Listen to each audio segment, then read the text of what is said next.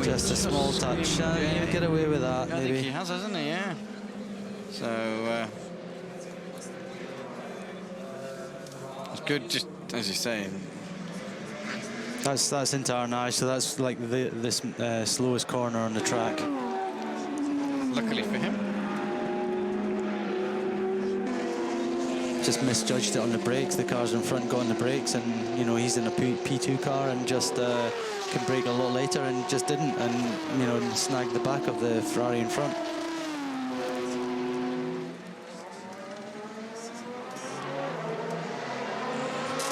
Gangler cars going past us there. The Degrassi car, third quickest of those boys on the last lap, but 5 seconds quicker than Brendan Hartley behind him. Hartley's about to post another time. He's about to go. Yeah, Hartley's. Yeah, so Hartley's he's had his first lap out being a 3:33 from the pits after he stopped, and he's back into a 3:29 now, which is reasonably on it. Yeah. Still, you know, the guys in front are still doing 26s, 28s. And then you've got Buemi down there doing 3:24. So he's obviously pulled away from his little battle with yeah, and he's now just focused on himself, yeah. He was in front, he was getting a couple of blue flags, and then he was off. He just pulled away. Okay, so fastest lap overall, 3:23. So actually Buemi's not far away from that now. He's 3:24.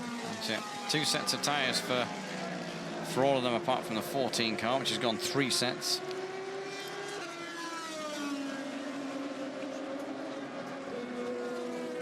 So this is the Michelin performance. I still, after many years, I still don't know how they work that out.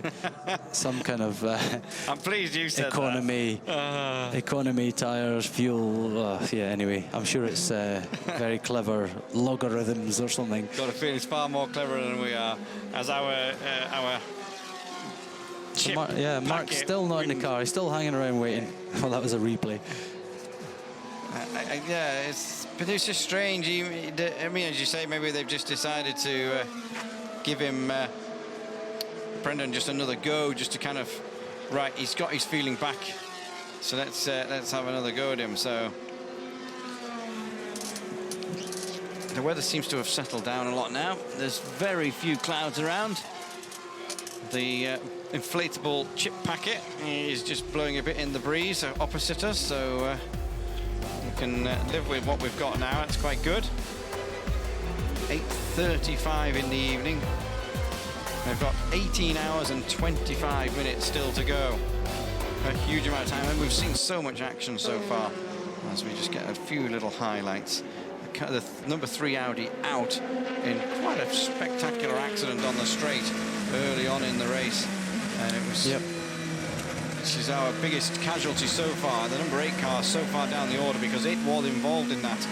He was having his own accident while other people were having theirs, and there was all sorts. We still haven't really worked it out. It was a melee, and that's the thing. The camera didn't really catch all the action, and to be honest, I'm not sure whose fault it was. Or it seemed Sam to be. Bird was caught up in it as well, which is a big disappointment for Sam. So that was. We had a big rainstorm after not long. So the number 1 car, Degrassi, into the pit lane. We're quite keen to see whether he stays in or whether he gets out. 35 car, my friend Mark, having a good old look around as he was going down the straight there. Okay, right, so this man here as well, the 52 car, he's wanted to change something. Seemed to be gesticulating as if he wanted a new steering wheel, but I'm not really sure whether that was it. That was the car that was on fire earlier on, so he's back in the pits. It does look like they're doing something in there. I was just changing a drink. Yeah, but the car we just saw before we got to the Audi was that 52 Ferrari that was smoking away on the side of the road. Back in the pits. Okay, the Porsche's just been a little bit held up here by the Loeb car.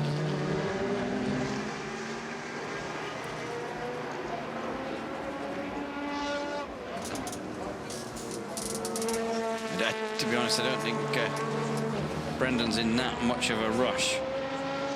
You don't want to take any silly risks.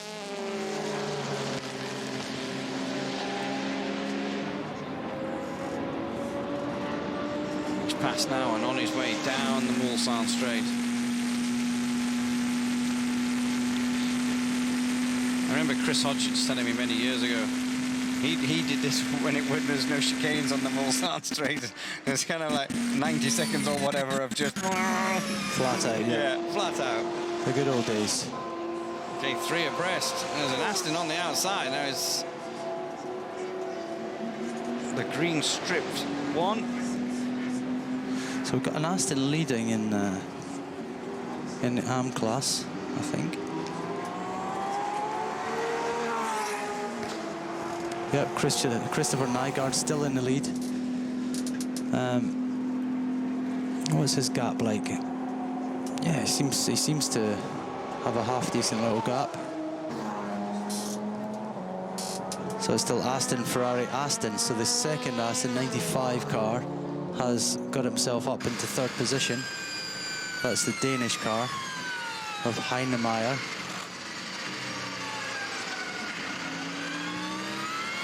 So 2 Danes actually. 2 Danes in the top 3 at the moment, and the 2 Astons, Nygaard and Heinemeyer, both Danish drivers. I said that 95 car is all Danish drivers as well, isn't it? It's all Danish crew, so huge amount. We talked earlier on about the huge amount of Brits that come here. I think closely run by Danes as well in that fight of the amount of people who are here from each country. The success of Tom. Yeah. It just seems that it's a big thing, and I think they get massive TV coverage because of it. And you know, obviously Tom's in the fight for another win. He was already the record breaker, so let's see how it pans out. Going for number 10. The gap between him in the moment in 4th place, his car in 4th place, and the one in 3rd is 20 seconds. There was a photograph by Le Mans on Twitter yesterday morning of the rows of grey tents with the little Danish flag on the top. Loads and loads of them, so huge amounts of Danes here, and they're good, great to see him come. As you say, it always makes a bit of a difference if one of your countrymen are at the front end of the field. This gap at the front, Sarrazin and Trullier, is still fluctuating. 59 seconds, 58 seconds. Yeah, they almost match each other every lap, don't they? Yeah. Are they now sat there waiting for something to maybe go wrong for one or the other? Because they can't seem to make any time difference on each other, can they? For the driver, it's pretty black and white. Yeah. It's a case of push. Get your stints out of the way, drive as hard as you can drive, minimize the gap, and pass on to the next driver. And if and when something goes wrong for your competitors, you're ready to pounce. Okay, we're in the Porsche pit here. There's tyres coming out. There's obviously fuel going. Is that Hartley? Well, I'm not really sure. We need to wait and see who comes past us. Radio.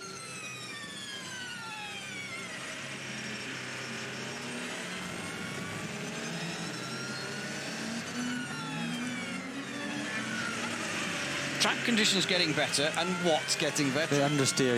I think he's been suffering for a bit of understeer. It's a 14. So it's 14. So it's Lieb coming into the pits now from 6th position. So yeah, Ben was talking about the track conditions coming to them. It's obviously cooling off a bit. That's a big factor. If it's cooling down a bit, there's a bit less understeer in the car. He's a bit happier with it, and he's able to whack in some quick times. Last time round, 3:26. So he's, I think we're going to see the times start to tumble now. The track's obviously rubbering up and it's cooling down, and that's when the times come.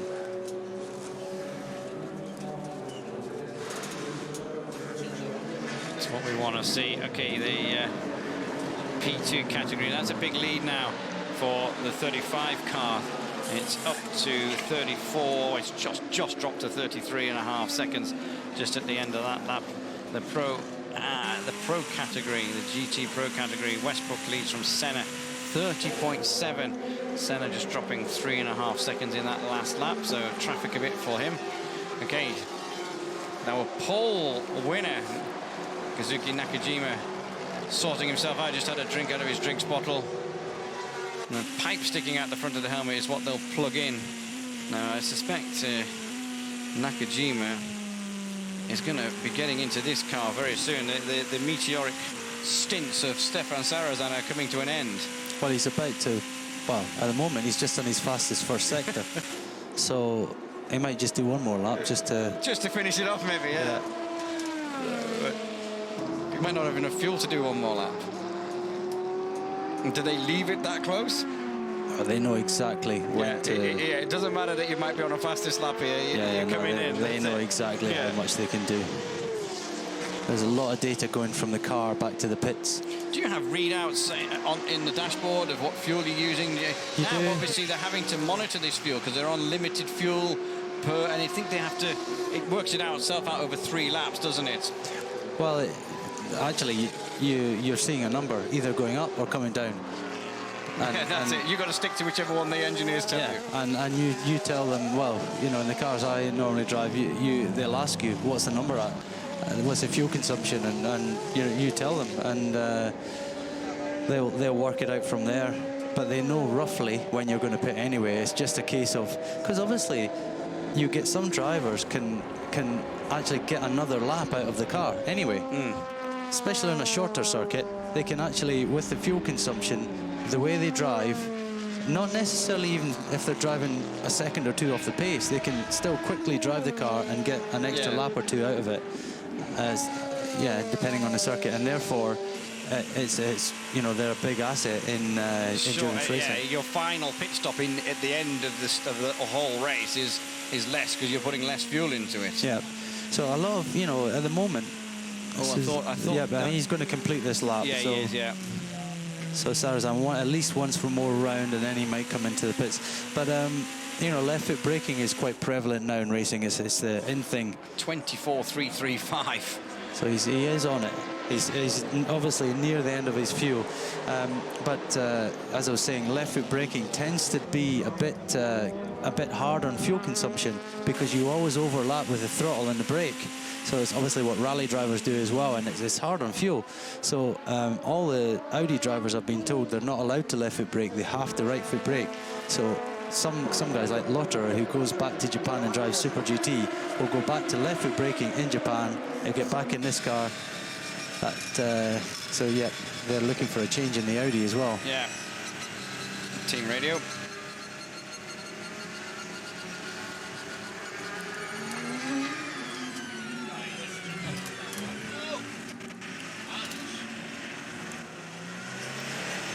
So that's Ben being told, okay, you can go again. If your tires look good, you're going to do another stint. And Marcel's standing in the pits now. Number 8's into the pits as well. So remember, they came out together last time as well. So they've done an identical amount of laps. The Toyota of Buemi and Buemi had a big lockup coming into there. I don't know, I mean...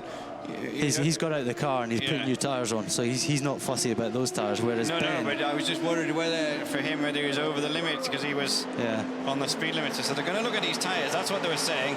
If they're okay... Yeah, so they'll fuel it first. It doesn't look like Marcel's going to get in. I think Ben's staying in for one more. Well, they've changed the drinks bottle. Yeah, he's staying in. Just fuel, and they'll send him. Marcel just had to be ready, just in case. He was stood there with his seat in his hand, ready to go. So is that an extra stint, do you believe, for Ben? Because he's having such a good run, keep him in the groove? Well, what I think's potentially happened is they've come from the hotter temperature to the cooler temperature now. So it's getting cooler. Earlier in the race, they probably couldn't have done the extra stint that Ben's about to do now. Now it's cooler, the tyres are lasting longer, and maybe Ben's slightly easier on tyres than Andre Lotter as well. Team radio for 7. Yeah.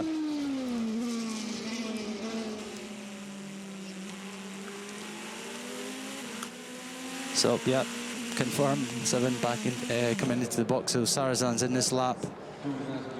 Ben's out. Let's see what happens. Driver change and tyre change. So Kazuki's in the car.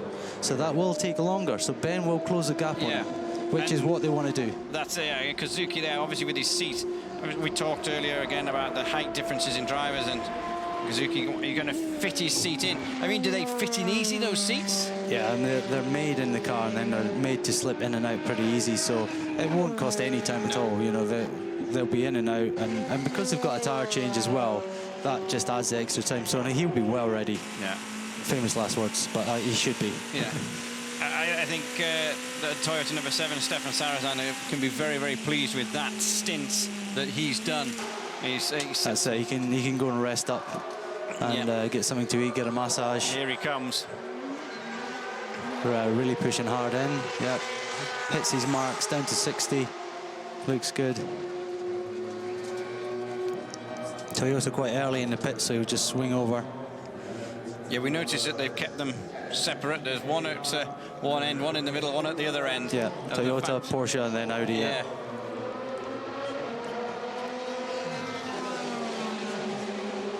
So yeah, no big rush. No big rush. Stefan didn't even look at Nakajima when he got out. Just, I've done my job. Well, there it is. They've got a helper, so that the guy leading in from the other side of the car is allowed to help the driver get in, belt him in, get it all sorted. Kazuki looks quite cool about it. Pull the door closed, job done. Tires are going on now. Drinks bottle to connect up, radio to connect up. Yeah. It just shows you from the Audi, they work from the other side. From the Toyota, they work from the right-hand side.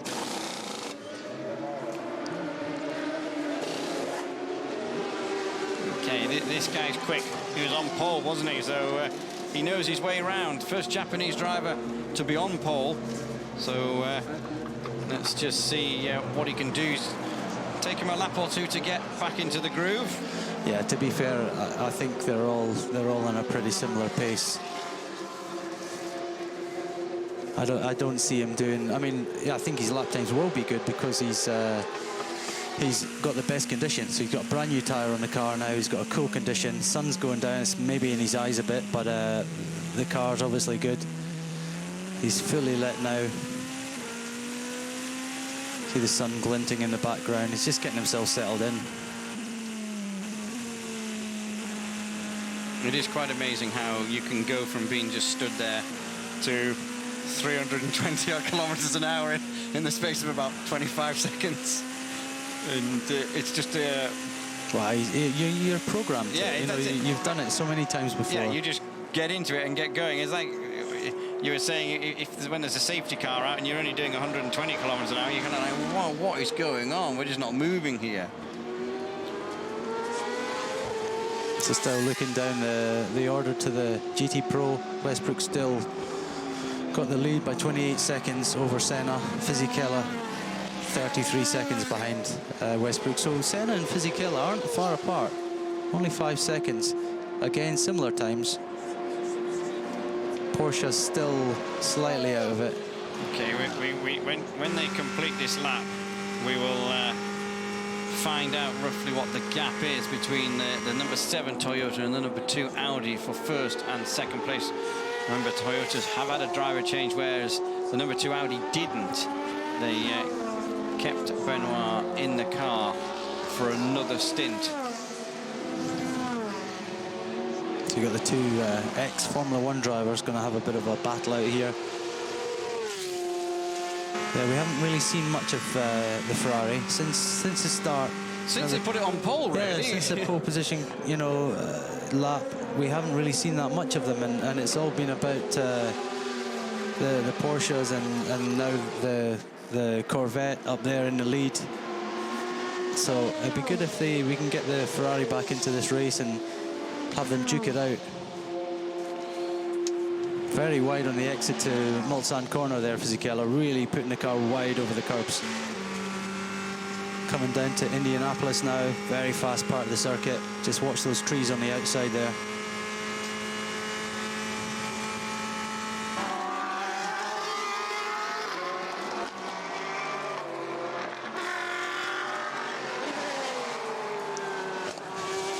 Tricky corner, second part of Indianapolis. We've already seen a couple of cars go straight on there. You take the first part real quick, and you've got to really check the car up. It's banked, so you've got the camber in your favor, but if you get your braking wrong, you can tend to sail on into the gravel, and it's tricky. Okay, so the gap Nakajima is still on his out lap, so we've got to wait for him to complete that just to get a 100% gap, a virtual gap because of the split. 66 has just spun. Just seen Ant Davison now in the number 8 car. So Buemi got out of the car, Ant Davison got in. Straight away he's gone purple in the first sector. So he's Ant Davison's He's chomping at the bit, isn't he? He's been waiting a while. So fastest overall in the first sector. Let's see how his lap time. That's only his first flying lap as well, because that's 4:41 out of the pits. So interesting to see how that's going to develop. You know, as I said before, they really don't have a lot to lose. They're probably not going to win it from way back there in 16th position, but they can certainly put on a show and support the lead car.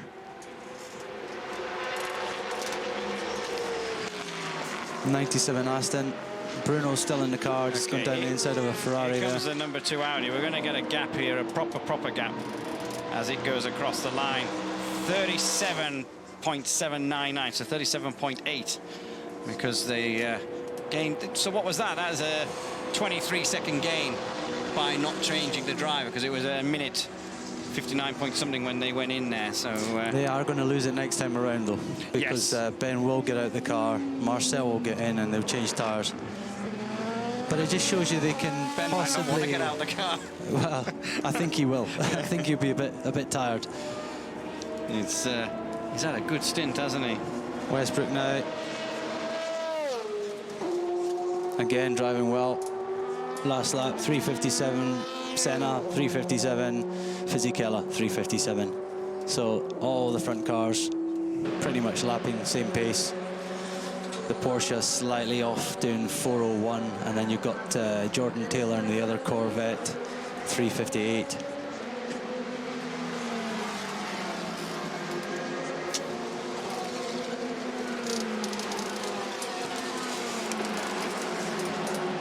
The 66 car being put back into the pits now. We've just seen that spin. It's being put back into the pits as we kind of gear ourselves up for a commentary team change. Yep, we've done a triple stint. Next one will be a double triple, so looking forward to that. Really? Well. So we sort ourselves out. And yes, Nakajima really at 1.5 seconds. So not 1.5 seconds, 0.7 up on the first sector. He's in through the second sector. Car Audi number 2 heading towards us. 86 laps completed. And it is Toyota number 7 still in the lead, which was Toyota number 7 leading when we joined. So some encouraging stints. Sarazama is very quick. De Grassi's been quick as they have completed their run. Sarazan out now for a well-earned break. De Grassi will be out the next time, I think, and so will Benoit. He nearly got out and then he didn't get out. So what's this replay of here? A little bit flying off the rear wing. Small bit of stuff flying off the number 7 Toyota on the straight, just a tiny bit. A little bit of carbon. As we get ready for a change of commentary team. Okay, we'll be back with you soon.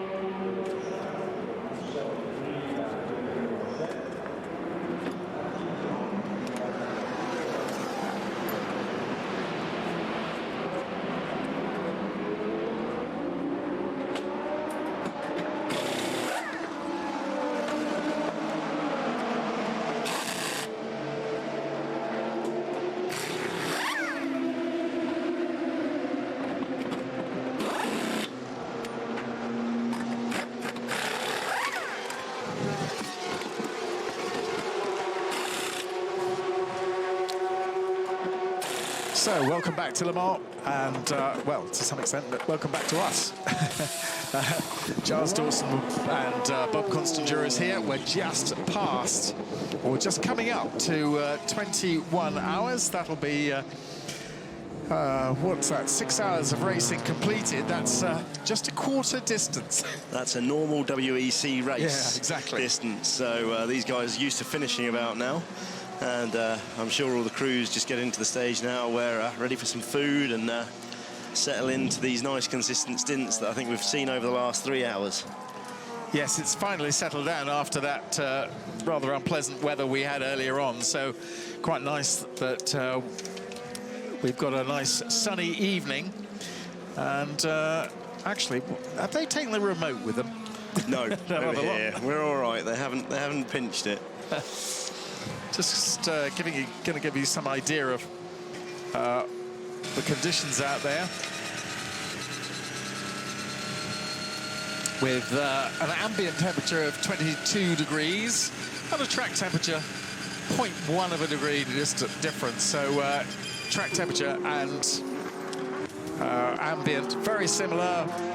A sun which is going down and obviously beginning to become, excuse me, a little troublesome to some of these drivers as well, as it shines in their eyes. So we've got Kazuki Nakajima in the lead by 43.9 seconds from Benoit Trelouillet in the Audi, Nakajima in the Toyota, of course, the poleman, and about 1 minute and 6 seconds difference from Trelouillet back to Brendan Hartley in the number 20 Porsche, and then Lucas Di Grassi a further, not so far behind now, about 15 seconds further back in 4th place. Then a 3-lap gap back to the Rebellion car, number 12 of Matthias Besch has been driving at the moment. Then 2 laps back to the Porsche, the recovering Porsche of Romain Dumas, number 14 in 6th place. And then the first of the LMP2 cars, the Ligier of Pierre Thirier, in 7th place, just ahead, 9.2 seconds ahead of Oliver Webb in the Alpine number 36. In 8th place, in 9th place, John Lancaster, who is a further 4 seconds further back. In fact, yeah, just about 4 seconds further back in number 34, Oreca. And in 10th place, having just left the pits, is the Ligier number 35 of Schulz-Hitzky, which is a further 15 seconds, so it's nice and close in LMP2. Going a little bit further along, we can see Richard Westbrook in the Chevrolet Corvette leading GT Pro by 25 seconds from Bruno Senna in the Aston Martin. And then in GT Am, we have Christopher Nygaard ahead of, in fact, it's Aston, and then Ferrari. Christopher Nygaard ahead of David Hannemeyer Hansen in the 2 Astons, numbers 98 and 95. So fantastic to see at the end of what would be a normal WEC race how close all these classes are.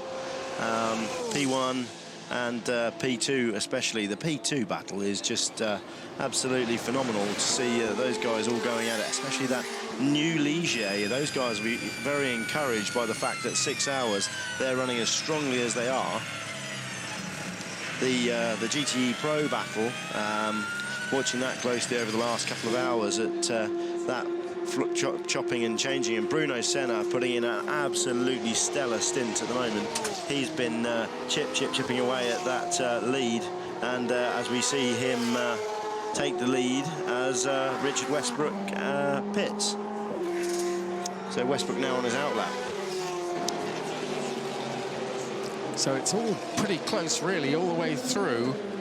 And fascinating watching the ebb and flow of the leaders out there. The Toyota, Audi and Porsche. Absolutely, and Kazuki Nakajima back in that Toyota now. We've just seen that change.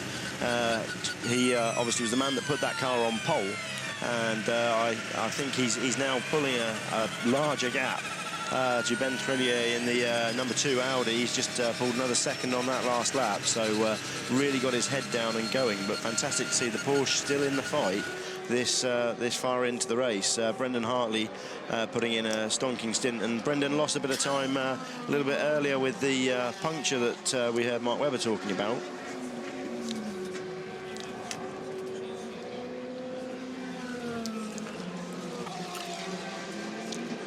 Not awfully certain that Mark's actually driven that car yet. No, I think Mark is third driver on that rotation, so I would suggest it'll be the end of this one, because I don't think those guys are going to be quadruple stinting, which of course we've now seen the Audi is capable of doing and is out there doing now. We should be seeing that during the night from the other two, and you know, Toyota, that's where they need to be. They need to be matching Audi as far as that's concerned, to make sure that they're not spending that time in the pits if it's going to be this close, which I certainly think it looks to be as we go into the early evening session. We see a lovely slow-mo shot there of the Audi bouncing over the curbs. Not sure where that is, but you look at the whole car, the whole body flex. It's amazing actually to see how much movement there is, even in that front splitter, which looks like an extremely stiff member. And some lovely slow-mos here from the producer. That Toyota bouncing up and down on its Michelin rubber. So 24 car in the pits. That car a little way down the order. Jan Charouz, I think that's a change to driver we're seeing now. It is a lap down on the class lead, but that's having a reasonably strong run. About to be had by Anthony Davidson in that charging Toyota, and I think Anthony's out there, man on a mission, trying to pull that car back through. Well, it was interesting, Nakajima lapping in 3 minutes 25.0 last time. Trellier in, excuse me, 3 minutes 28.2. And Hartley 3 minutes 31.3. So you can just see that's exactly what happens in amongst the traffic. Yeah, I think Brendan, some of that is traffic, some of that is that car going away, as we see him post a 3:27.6. That's what I was expecting to see from those Porsches throughout this the race, as we see another, is it another SMP car? Nope, that's the 61 car going straight on at, I think that's Arnage. Wouldn't have got away with that last year, would have been straight into a wall, a lot more runoff there. So 61 car driven by Venturi at the moment, and it's about 5th or 6th in class, 5th in class, so that will have delayed it a little bit. Look at the vibration on that. I do wonder whether that's long past its best, that at the moment, the Porsche, in terms of the tyres that are under it at the moment, because Brendan definitely, he's stellar run here, and he has had one short stint in this, so it may turn into 3 and a bit stints for him in terms of handing over to Mark. But yeah, the car definitely porpoising quite a lot there when we were on board. And we see the surviving SMP car. These guys, what do they have to do to get some luck? The 27 car getting turned around and put back into the garage.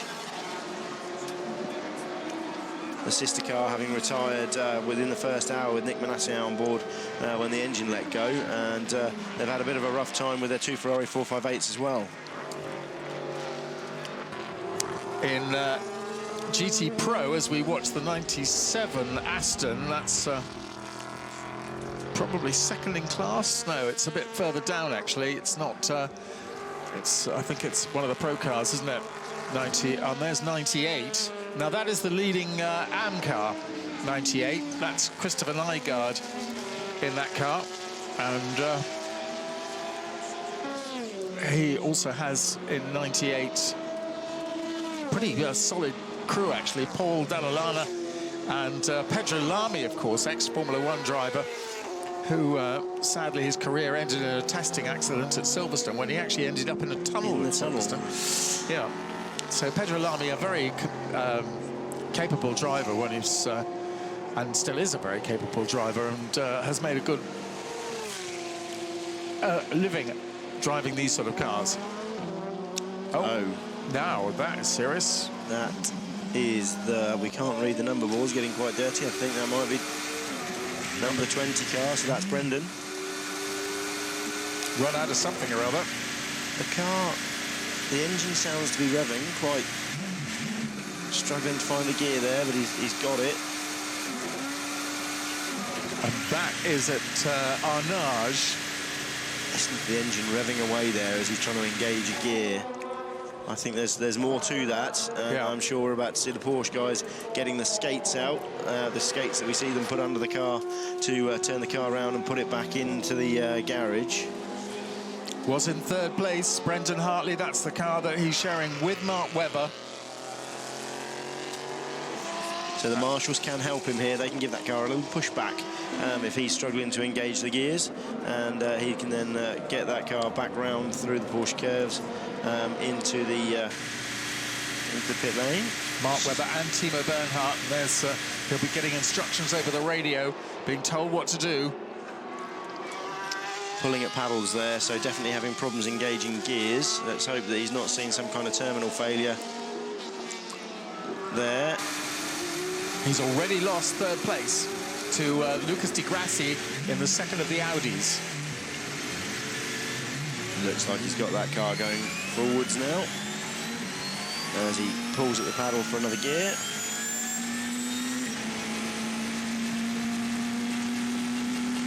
So is he back up to foot? Here we are. Here's the replay. Locks the left front. Nothing looked particularly wrong there other than a quick lock-up. These hybrid systems are so complex that you know, it's very difficult to say what's going on there. It could well be that there's an issue there. Bit of push coming from somewhere, making him go straight on. And even equally, you know, even a lack of braking capacity, because the hybrid system does an awful lot of the braking. So that's something that's new for these cars for this year. And you know, as it's regenerating that energy, those motors are actually doing a lot of the stopping. Stops fine now as he comes past us to into the pit lane, onto the pit limiter. Let's see what happens here. Whether it's just a case of strap Mark Webber in and put 4 new tyres on it and a full tank of fuel, or if there's more to it than that. I think, as Bob had said, there was a lot of vibration going on there, and often vibration can easily cause you a little lock-up like that. Into the garage or not into the garage? We're refueling first, as you say, always refuel. Out comes Brendan, and goes Mark Webber. Queen Bien's best. There he is, and he gets strapped in. Well, that would seem pretty, whatever it was a problem for Brendan. They're not pushing it into the garage, are they? No, so it does look like that was driver error, but I do think there might have been a flat spot there, as you said, with the car bouncing an awful lot, so perhaps a flat spot somewhere else, but that sticker tyre's going on now. New boots go on. And Mark in for at least a triple stint. The Porsche is not managing the 14 lap stints we expected so far. We're seeing 13 laps from those guys, so let's see what Mark can do. As we see the number 1 Audi. So he rejoins in 4th place, Mark Webber. You have to say that 14 Porsche has done a stonking job coming back through. It's not dropped any further behind, but now up to 6th, closing in on the P1L car of Matthias Besch, the Rebellion. 5 laps behind the leaders, however. Which is what it was. Yeah, it's not going to be a... No, absolutely. But another one where we would hope to see the supporting role, but... Look at that visibility, especially through a dirty windscreen with a lot of bugs on it. So the guys from Michelin having a look at what's come off that car.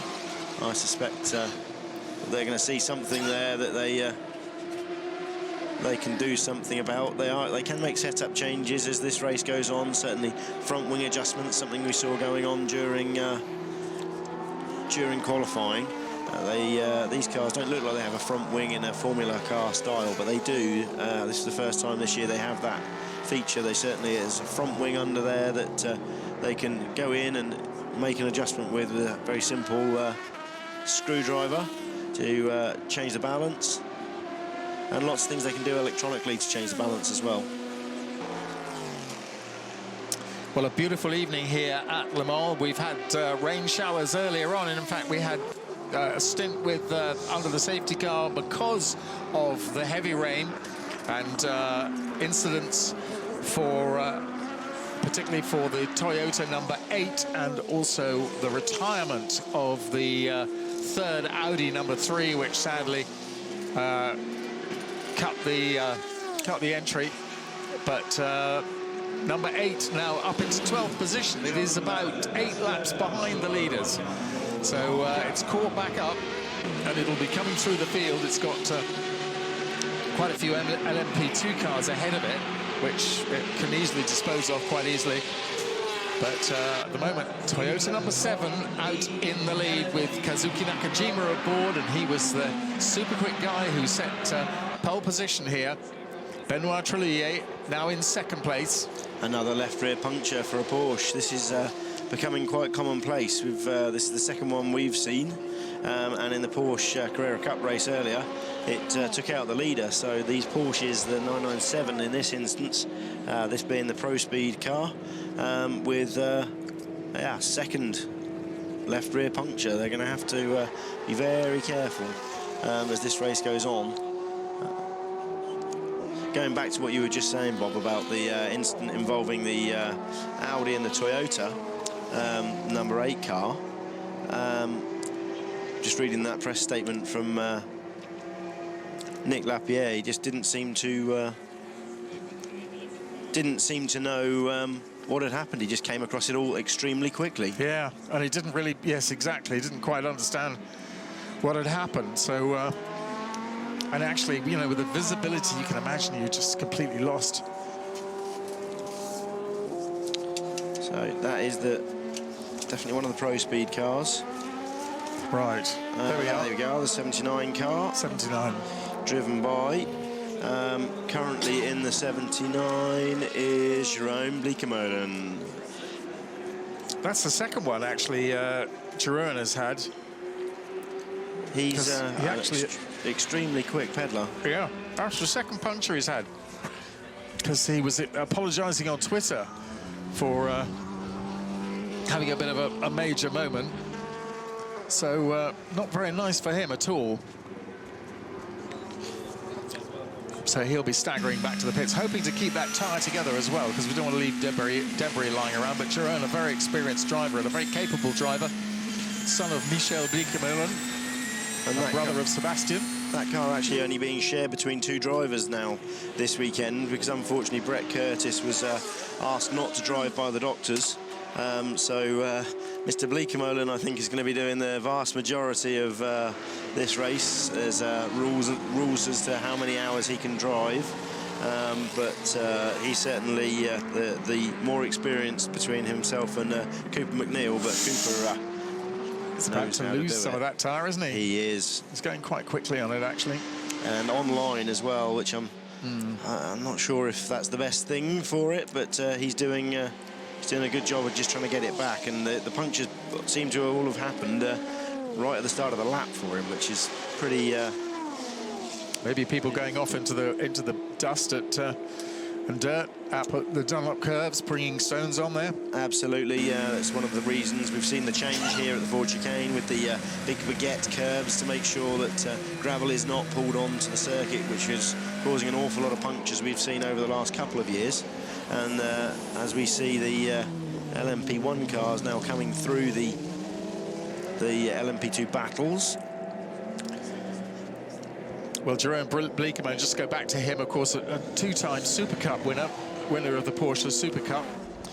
So certainly a very, very capable driver indeed. So I didn't actually see that Porsche race earlier on. Was that Earl Bamber who was leading that?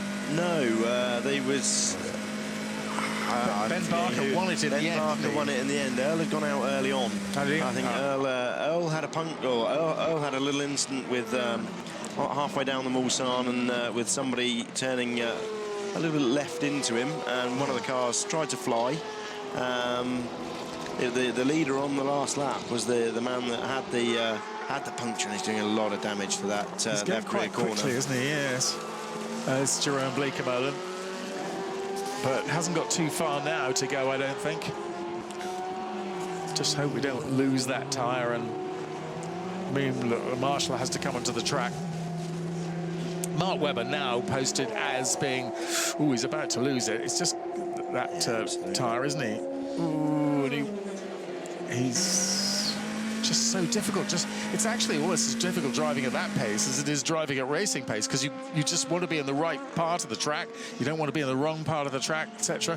Absolutely. The incident we saw on Thursday night that befell the Pegasus Racing LMP2 car, caused by ultimately Lucas di Grassi cutting across the circuit in a similar situation. He'd nosed the car into the barrier and was trying to bring the thing back, but it caught, coming through the karting corners, really caught the Pegasus car out, which went into the wall on both sides, and a heavy old bang. And of course it was Kevin Estra that was leading the Porsche Carrera Cup race here earlier today, when he had the blowout, and unfortunately cost him the victory. But certainly Ben Barker doing a fine job of bringing that car home, and I do think that, as we said earlier, that we're going to see Ben in a Porsche factory drive sometime not too far away. He's quite long wheelbase, though, isn't he? That's his slight problem. He is, yeah, absolutely. But these GTE cars, Jorg Bergmeister and people like that, were fairly long wheelbase themselves. Yeah, Jorg is as well, yes. Yeah. So the 7 car now charging off into the evening. 3:26.6 last time round, which was quicker than the 2 chasing him. So he is pulling a nice little lead here. Kazuki Nakajima doing a fantastic job here this weekend, having been the man that went out there and set the pole time. We expected to see Ant Davidson out there doing that, but Kazuki favoured for that role, and showing why. Certainly the times he's putting in are phenomenal. He's actually he's matured actually with this Toyota drive. I remember with him with Williams Toyota when he was in Formula 1.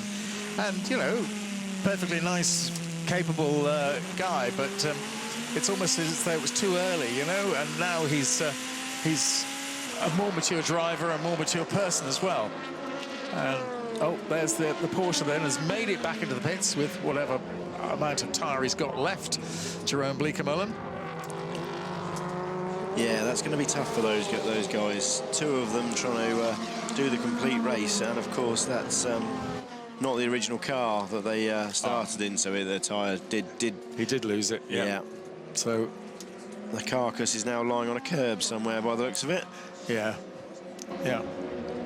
So they're not going to learn anything from what's gone on there. Normally, if you get the carcass back, you can at least try and work out why that tyre failed, see if it was a curb. And we see a fire underneath the car, just a small rubber fire. That happens quite often when you're bringing a car back in that sort of situation. That's just hot rubber burning on the silencers, but somebody really ought to just blow a little bit of extinguisher. Just blow it out. There is a man there with an extinguisher ready to, but he's doesn't seem keen to do it. They're going to put fuel in. It's much better that way. Yes, absolutely. Into a burning car. Yeah. So fuel's done, and you're going to see them there. He's going to go to work now that the fuel's in, and just that's all it needed, just to put that rubber fire out. But they're going to turn it around and stick it back into the garage. There we go, back into the garage, and well, let's see how long. Unfortunately, that's going to be detained there for. Yeah, I feel for those guys. They probably didn't feel like they have any luck with all that's gone on in terms of losing Brett in that car, and now having to do the hard work between 2 of them with a car that just doesn't seem to want to hold its tyres together. So we're just seeing a fastest personal sector from Romain Dumas in the 14 car and sector 1. So he's pressing on. Yeah. Yeah. still. Well, it's interesting.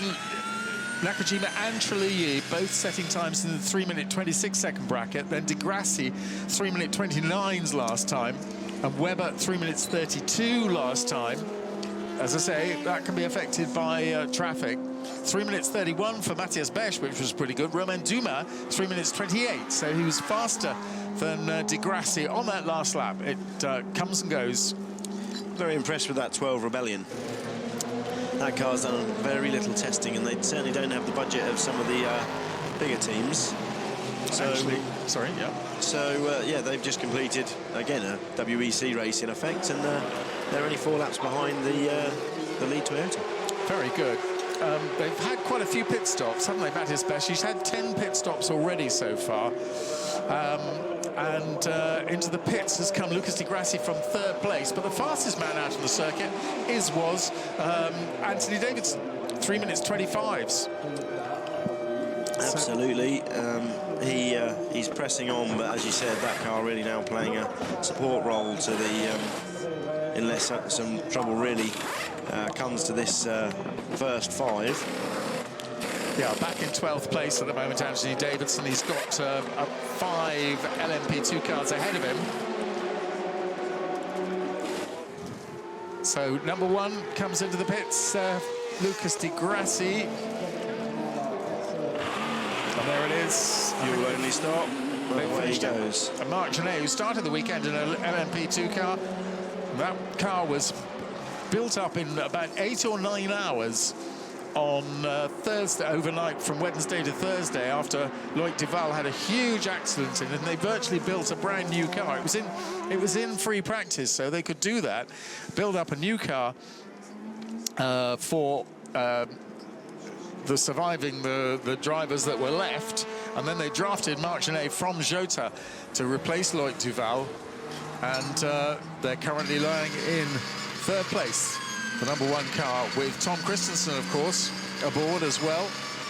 Tom Christensen and, well, Lucas Di Grassi, and now Marc Genet. Marc Genet has been a works driver for quite a long time. He's had a couple of tests, he knows the car, and so it wasn't a surprise to put him in the car. It wasn't anything that he's incapable of. Obviously, they wouldn't put somebody in if he wasn't capable. Absolutely. So unfortunately we're seeing a retirement for the 13 Rebellion with a powertrain problem, as all those guys are saying. That's a shame for those guys, but the 12 continues to march on, and the 66 JMW Ferrari with a braking problem, so discs and calipers being replaced all round on that car back in the garage, which we saw as we were doing our quick pit stop, being pushed back in. Marc Genet on his outlap, gone through the first sector and now beginning to press on. Sorry. The car that he has come from, Harry Ticknell, back in that, in the P2 Zytek, run by the Jota squad, and Harry on that previous lap setting a fastest for all for LMP2 middle sector, so he's back pushing, and we saw that car running at the front. Don't know really what befell that car, but it suddenly went backwards quite quickly towards the end of Harry's first stint, but back in the car now, and the car's certainly working. Leading LMP2 is the number 35 Ligier, and that's the car of the slightly impossible to pronounce Mark Schulz-Pitsky from Vladivostok in Russia. So that's the Nismo gamers, the Nismo athletes leading the P2 class in that brand new Ligier. That's absolutely fantastic. Incredible, really. There he is in 7th place overall at Le Mans. Got a long way to go, of course. And number 46 is in 2nd place there. That's again a Ligier. So these 2 brand new Ligiers. That's quite a story. But this car of Pierre Thirier, Tristan Gomendi, and Ludovic Badi driving in 2nd place, just what was the margin, 40 seconds further back, and then a further 9 seconds further back is number 34, and that's the Oreca of Michel Frey. We've been talking about him. John Lancaster, a winner in GP2, and Frank Mayer with lots of experience in this class of racing. Yeah, and great to see that Ligier doing so well. I'm sure that's going to spark plenty of interest for those guys in the different power plants as well in the back of those two cars. So proving that it's a very, very capable chassis. And good to see not just Nissans at the front of LMP2, because that has been the way over recent years, just Nissan up there, but now the HPD engine here being represented well, and should see some more diversity next year, hopefully. And look at Kazuki-san, he's really flying. 3 minutes 24.577.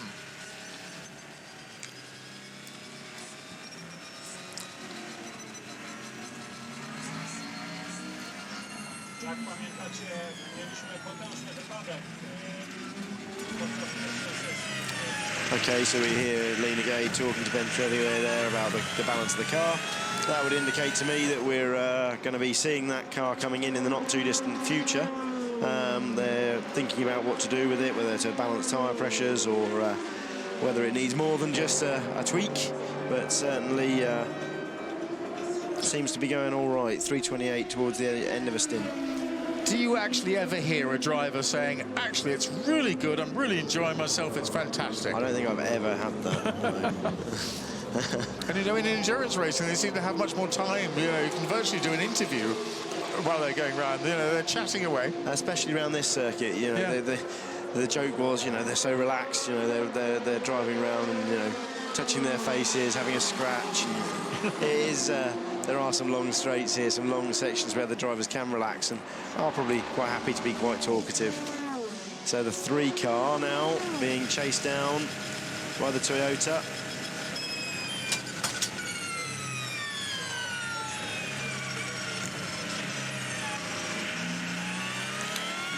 Coming out of the first chicane on the Mulsanne straight here, and they're going to be doing some lapping. This will be interesting. Which side are they going to go?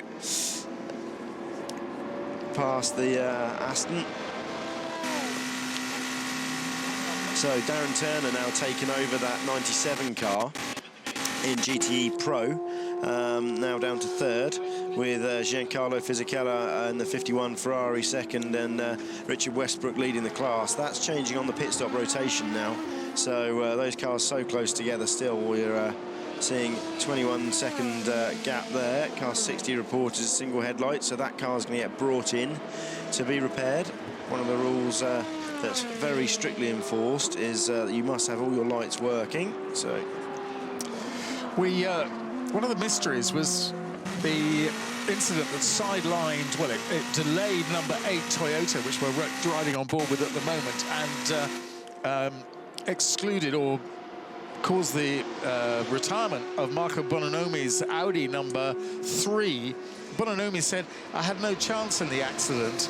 I drove slowly in the heavy rain in order to take no risks on slicks. The situation with the Toyota turned out okay, but then the Ferrari drove into my car." So I think they had the incident together with the Toyota, and then that's what I thought I saw was the Ferrari came past Sam Bird in the Ferrari and clipped the Audi, clipped the front of the Audi. Yeah, talking to some people in the paddock, I think there's some feeling both ways on that one. Nobody's quite sure whether who was at fault. Yep. Sam getting some of the blame as we see the 8 car trying to get past the 2. Yeah, Sam getting some of the blame for that, for going too quickly in the wet conditions, but equally, you know, the Toyota clearly doing exactly the same thing. And we've got the KCMG car, unfortunately, missing the whole front end, and that's not a place that you want to see that. But the driver, okay, are moving around inside that car, and I think he's now considering what to do about getting it moving forward. I'm sure that's it is the KCMG Oracle 03R. And on board that car, I think at the moment, is Alexander Impriatori. So that's not a good place to go off. And what's he done? Ooh, wow. Now that's a consequence of using that very grippy high grip tarmac. The high grip tarmac, the car loaded up. It caught it and then it went the other way, so that's the safety car we're going to see while they try and clear that. and the 2 Audi taking this opportunity. Absolutely brilliant strategy there, and the 8 Toyota, both of those cars which we saw running together, taking the opportunity to come in and get this done. Interesting to see the 8 Toyota now starting to play its strategic part in this battle, starting to play with those Audis. And we've seen this so many times in the Peugeot Audi era, that they would send the car that had broken or the car that had been in the